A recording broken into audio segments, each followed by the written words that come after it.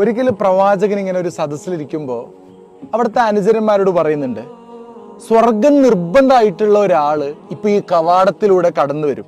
അപ്പൊ എല്ലാവരും ഇങ്ങനെ ആകാംക്ഷയോടെ കാത്തിരിക്കുകയാണ്, ആരായിരിക്കും ആ കവാടത്തിലൂടെ കടന്നു വരുന്നത്. സഅദ് ബിൻ അബി വഖാസ് റളിയല്ലാഹു അൻഹു ആയിരുന്നു അതിലൂടെ വന്നത്. അങ്ങനെ ക്ലാസ് ഒക്കെ കഴിഞ്ഞ് പിരിയുന്ന സമയത്ത് ഒരു സ്വഹാബി ചോദിക്കുന്നുണ്ട്, അല്ലയോ സഅദേ, എങ്ങനെയാണ് ഇത്രയും വലിയ സ്ഥാനം നിങ്ങൾ കിട്ടിയത്? അതിനു മാത്രം വലിയ സൽക്കർമ്മം എന്താണ് നിങ്ങൾ ചെയ്തതെന്ന്. അപ്പൊ അദ്ദേഹം പറയാണ്, പതിവിൽ കവിഞ്ഞ് ഞാൻ കൂടുതൽ സൽക്കർമ്മങ്ങളൊന്നും ചെയ്യുന്ന ആളല്ല, നിങ്ങളെപ്പോലെ തന്നെയാണ്.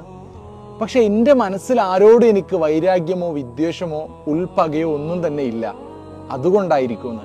നമുക്ക് ആരോടും വെറുപ്പില്ല എന്ന് പറയുന്നത് ഒരു സ്വർഗം നിർബന്ധമാവാനുള്ള ഒരാളുടെ ഒരു ക്വാളിറ്റി ആയിട്ടാണ് പ്രവാചകനോട് വിശേഷിപ്പിച്ചിട്ടുള്ളത്. അപ്പോൾ വലിയൊരു കാര്യമാണ്. അപ്പോൾ നമ്മൾ എപ്പോഴും നമ്മുടെ മനസ്സ് ആരോടും ഒരു പകയില്ലാത്ത, ഒരു വെറുപ്പോ വിദ്വേഷമോ ഒന്നും തന്നെ ഇല്ലാത്ത ഒരാളാവുക എന്നുള്ളത് വലിയൊരു ക്വാളിറ്റിയാണത്.